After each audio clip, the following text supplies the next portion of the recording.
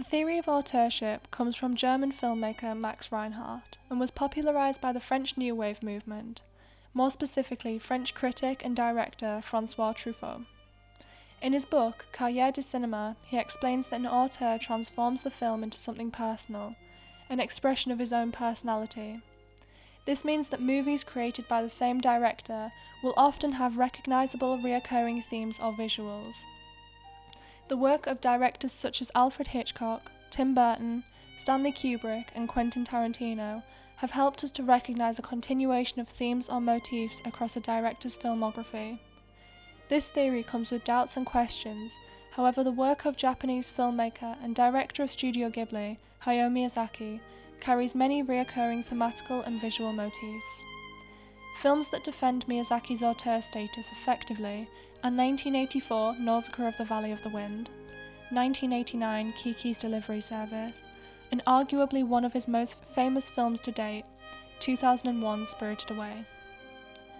Although these three films don't immediately seem comparable, they cleverly represent three individual eras in Japan and the stages of Miyazaki's own personal development. Nausicaa of the Valley of the Wind, often regarded as the first Ghibli film, is an excellent starting point to highlight the beginning of this theme. The film takes place in a futuristic, post-apocalyptic world. During the early 80s, people were becoming increasingly concerned over the environmental crisis, including Miyazaki, who, in his memoir Starting Point 1979 to 1996, has disclosed that he too was angry at the state of Japan and humanity while writing Nausicaa. The film recreates these worries and focuses heavily on the damage inflicted on the world by humans. An incident that Miyazaki directly refers to within the film is the Minamata Bay chemical poisoning. He recalls how amazed he was by the fish returning to the bay once the factory had stopped dumping waste into the water. Without human interference, nature was able to resume.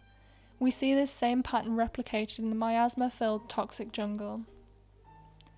5 years after the release of Nausicaa, Kiki's Delivery Service was able to encapsulate the new sociological themes of the late 80s to early 90s. According to Susan Napier in her book Miyazaki World: A Life in Art, Miyazaki tied Kiki to a materialist and consumerist culture, which he disliked. During the 80s, Japanese politicians urged women to join the workforce after the 1960s women's liberation movement. This saw an influx of young women moving to Tokyo to become more independent and apply for city jobs. Politicians also encouraged internationalization, which is mimicked by Kiki's voyage to Kuriko, a European idealized city. The 2001 film Spirited Away offers a new and more modern deconstruction of the sociological and political environment within Japan. At this point in time, the country was stuck in a culture of materialism, which, in an effort to fill a lack of spiritual emptiness, was a slave to incessant consumption. The film is very obviously a jab at the distortion of money and industry.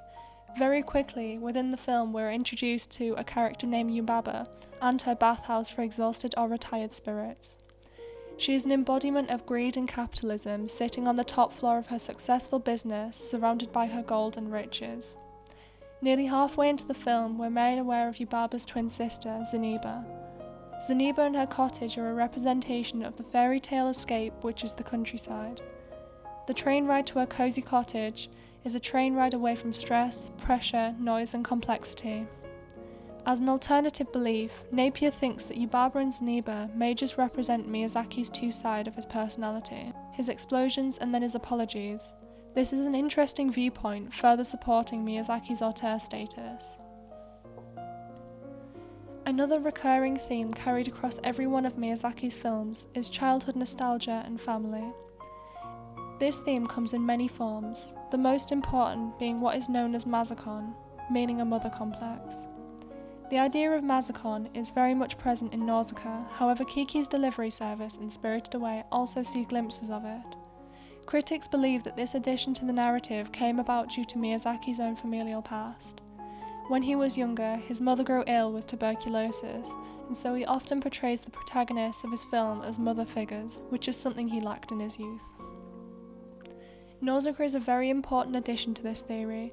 She's all-embracing, not only towards humans, but towards animals, insects, and the vegetation.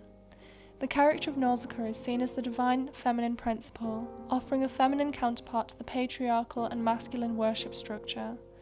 This is demonstrated in her religious symbolism, shown a few times and hinted towards in her resurrection. We also see how trusting the people of her valley are towards her, especially when their airships crash into the toxic jungle. According to Napier, during the production of Nausicaa of the Valley of the Wind, Miyazaki's mother died. He doesn't speak much about the impact this had on the film, though he has admitted in his memoir that he wishes she could have been buried instead of cremated, as he liked to imagine the beauty of the plants growing from her grave. Within Kiki's delivery service in Spirited Away, there is no defined motherly figure. However, I would argue that every female character that aids Kiki or Chihiro in the two films shows personality traits that are seen in Nausicaa. Within Miyazaki's memoir, he writes that he didn't want to create another witch in anime that everything goes right for. He wanted to encapsulate the reality of leaving home, the loneliness, the isolation, and the financial worries. To support Kiki's transition into a new land, Miyazaki created Ursula, who shares many of the same maternal traits that a Mazakon character would within a Ghibli film. She guides Kiki on her journey to find her witch's path, and her journey into womanhood, offering a shoulder to cry on when her mother is not present. She offers more than just financial gain, unlike many of the other female characters, but also emotional support.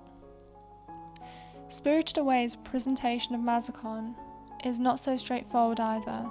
I would argue that although Lin and Zeniba display maternal traits, the true motherly figure by the end of the film, within the spirit world anyway, is Chihiro.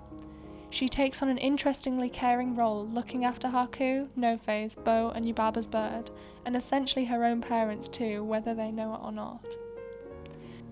Miyazaki's upbringing and personally held beliefs inform the authorial structure that his films take, resulting in work that reflects the nature of the director's personality. His films are often heavily influenced by the political and social climate in Japan at the time of the production. This helps to form an unusual bookmark in history, not only surrounding Japan's history, but also Miyazaki's life. The characters within the film are often inspired by people in his life, whether they're people that he knows well, such as family or friends, or even people that he just sees on the street once.